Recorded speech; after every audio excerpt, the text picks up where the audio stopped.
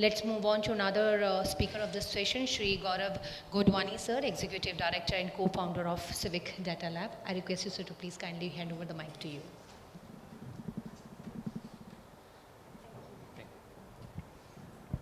Thanks a lot, Ministry, NIC and data.gov.in team for giving us an opportunity to share some of the data use cases for data for development and good governance. So I'm Gaurav Godwani and I'm from CivicDataLab, and I would just dive into some of the things which we have been doing. So we are a research lab focused on connecting technology, data, design, and social science to strengthen access to data, access to information, improve data-driven decision-making, and improve citizens' participation in governance. And how we do it, we have a 4-step process of doing this. Number one, we try to work to open up data, try to see what data sets already exist out there. Second, we collaborate on several data use cases with several stakeholders on identifying where we can use this for improving the governance at the national and at the local level. We co-create data platforms, we co-create data insights, which could be shared as digital public goods with others. And we build capacity of several stakeholders to adopt what we call a data culture, so that all the things we have been hearing since morning, they become the norm of operation in our governance structure. So these are the initiatives we work on. We work on public finance, law and justice, public procurement, urban development, digital public goods, and climate action. What do you think this is? Any guesses from the audience?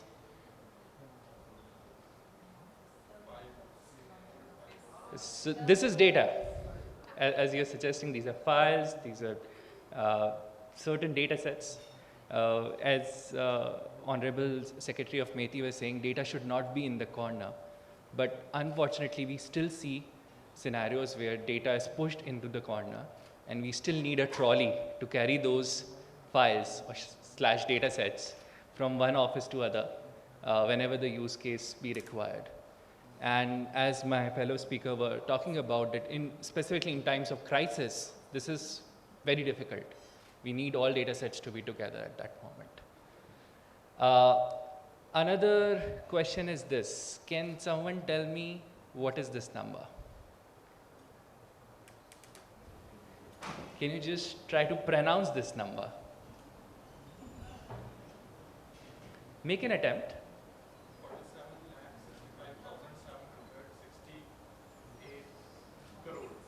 Perfect, yes, Karan. Thank you so much. And that's what you just mentioned is the interim budget or interim budgeted expenditure for this year of the national government. So numbers alone, if just thrown in front of us, they're not gonna help us analyze and understand what's in front of us. So there is a reason we need to demystify these numbers, connect them with other data sets to ensure we have right use cases, right examples coming out of it, which could harness them for the problems which we all are facing. So that's where our first use case of public finances. How do we strengthen fiscal data for the country? So a lot of developmental expenditure is happening through welfare programs. And if you want to understand how well welfare programs are being executed, we need to understand how much money is being put in them and how much of that is being utilized in a timely manner. So that's where we wanted to look into this data, but then as you would have thought, every state government, every national department, every municipal corporation publishes their data in a different format. There is no standardization on this front. So it's a difficult task to look into all these thousands of PDFs to make sense of what's the expenditure at the national government, what's the expenditure at the state government for a particular welfare program, and what's the expenditure at my district or in my urban local body. That's where we created this platform known as Open Budgets India, where it collects all the data at one place, be it PDFs, be it machine readable files, be it all those data sets which are coming from RBI statistics, etc., collating everything at one place. We're trying to develop data standards to see how this data could be demystified in a shortest timely manner, so that once the budget is being discussed in the assembly, you as citizens also have opportunity to go through it and share your perspectives. We simplify them to a level where you can just visualize the union budget and the big numbers which we were just discussing, see the flow of money, see the developmental priorities of various departments, see the expenditure on schemes, etc. And we just not stick to union government's budget, we also do it for the state governments through our efforts in capacity building. Government of Assam, Government of Odisha, Tamil Nadu and Kerala, all 4 state governments have started to open up this data in public domain so that the citizens can analyze this in a faster manner. And we have also created schemes and sector dashboards where you can monitor some of the major schemes, some of the expenditure on sectors, like how much my state is spending on agriculture compared to my neighboring state. You can see all those comparisons as per capita, percentage of total expenditure, direct figures, etc. All of those comparisons are possible now. And we wanted to not just stick to state level, we wanted to enable how do we do it much more at the local level. That's where we have piloted last year to do the same analysis at least for 11 schemes across 231 districts in India, spending a lot of money. And these are the 6 major states which have high expenditure on developmental schemes. You can monitor and compare these districts, see how much of the budget is being utilized, what are the gaps, how is my district performing compared to other district. Other use case which I want to talk about is public procurement. A lot of tendering information, 33% of India's GDP is being spent on public procurement. So we wanted to see where the data is and how this could be analyzed. So with capacity building of our team, we were able to translate some of the public procurement data into an internationally recognized data standard known as Open Contracting Data Standard, which is being adopted by 52 countries across the globe. India also became one very recently, with the state of Assam becoming officially the first state to adopt this data standard. And what does it help is to see things like maternal and child health and infant mortality and other indicators. So we can see how much is the infant mortality and maternal child health indicators in your district through surveys like NFHS, National Family Health Survey, and compare it with what were the kind of tenders being done for maternal and child health in that region. And you can see if there are any gaps, what are the districts which require more attention. So in the state of Assam, we can see there are few states where the infant mortality rate is high, like for example, district of Kasar in the lower Assam. The infant mortality is high, but the tendering is not happening that much on a timely basis. So that helps people to have a very clear actionable item that here is where we have to prioritize our resources. Third use case is of climate action, as we were just discussing how crisis become one of the major issue where we are not able to we have to deal with a difference in supply and demand of resources. So how do we prioritize spending to ensure disaster risk reduction, specifically with the case of floods?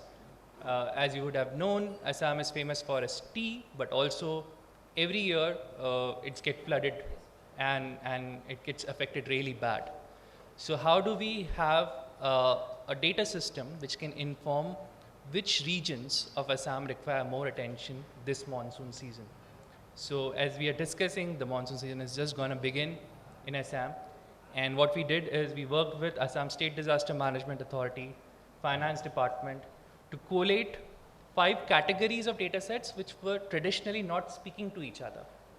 These are data sets related to losses and damages. A lot of discussion of this was happening during COP28.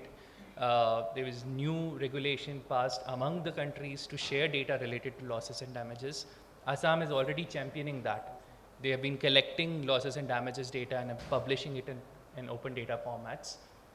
Merging that with satellite and weather data demographic vulnerabilities, and access to infrastructure, along with public spending on floods and disaster relief response. To have a map like this, which shows at the 180 revenue circles, the most granular administrative unit when it comes to disaster management, which unit requires more attention this month so that the resources could be planned in a much more holistic manner. And you can see how the risk has changed over the months, whether the risk of this particular revenue circle has increased or decreased, so that you can plan the resources accordingly. And we again created a data exchange where different departments are sharing data along with other civil societies and private agencies, collating all of these data sets at one place for this model to become functional. Similarly, in urban development, in the morning, Manpreet ji from National Urban Digital Mission were talking about how citizen grievances data sets are very critical in terms of understanding urban services. So one of the work which we have done is to understand how citizens are reporting their issues in the city of Ahmedabad.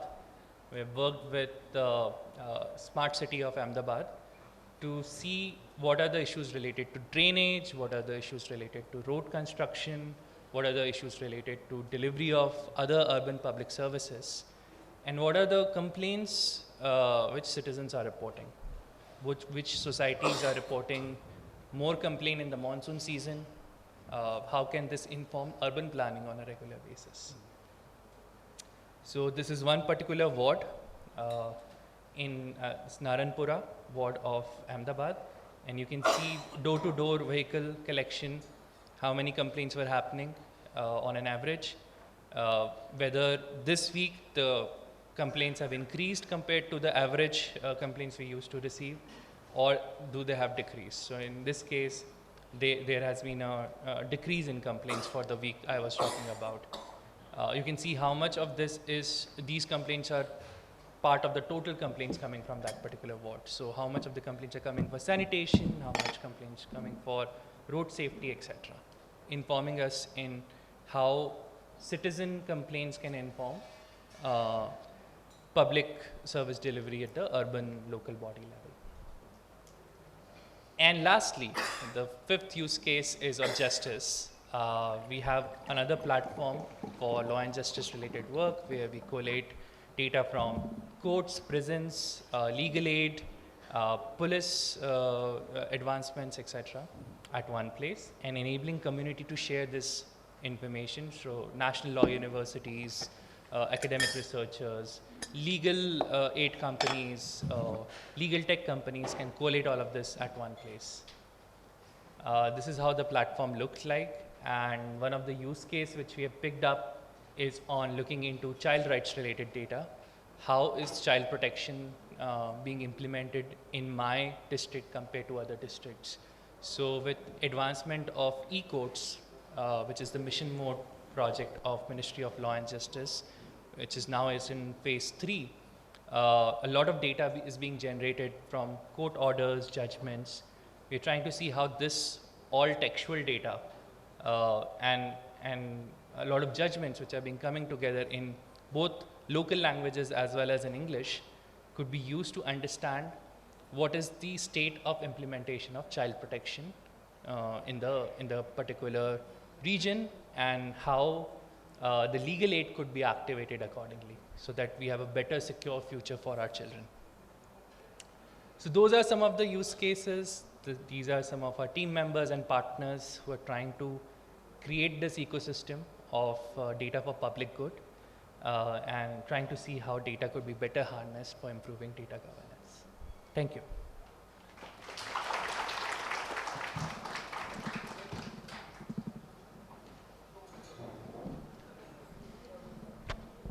Thank you so much, Shri Gaurav Godwani, sir, for highlighting on data analysis and focus on evidence-based policy and governance. Thank you so much, sir.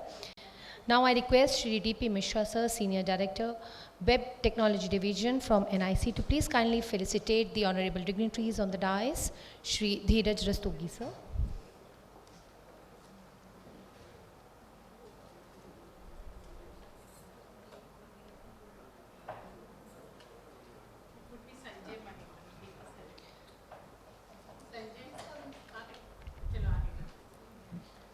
I request DP Mishra, sir.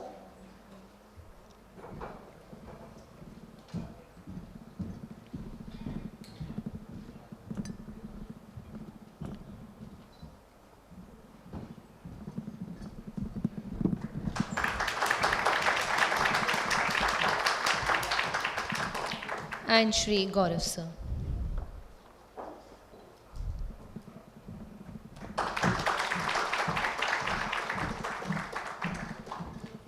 Thank you so much, honorable dignitaries on the dais. Now we have to move on to another panel discussion. With this, we have the topic. For the group photograph, I request the dignitaries to please come in front.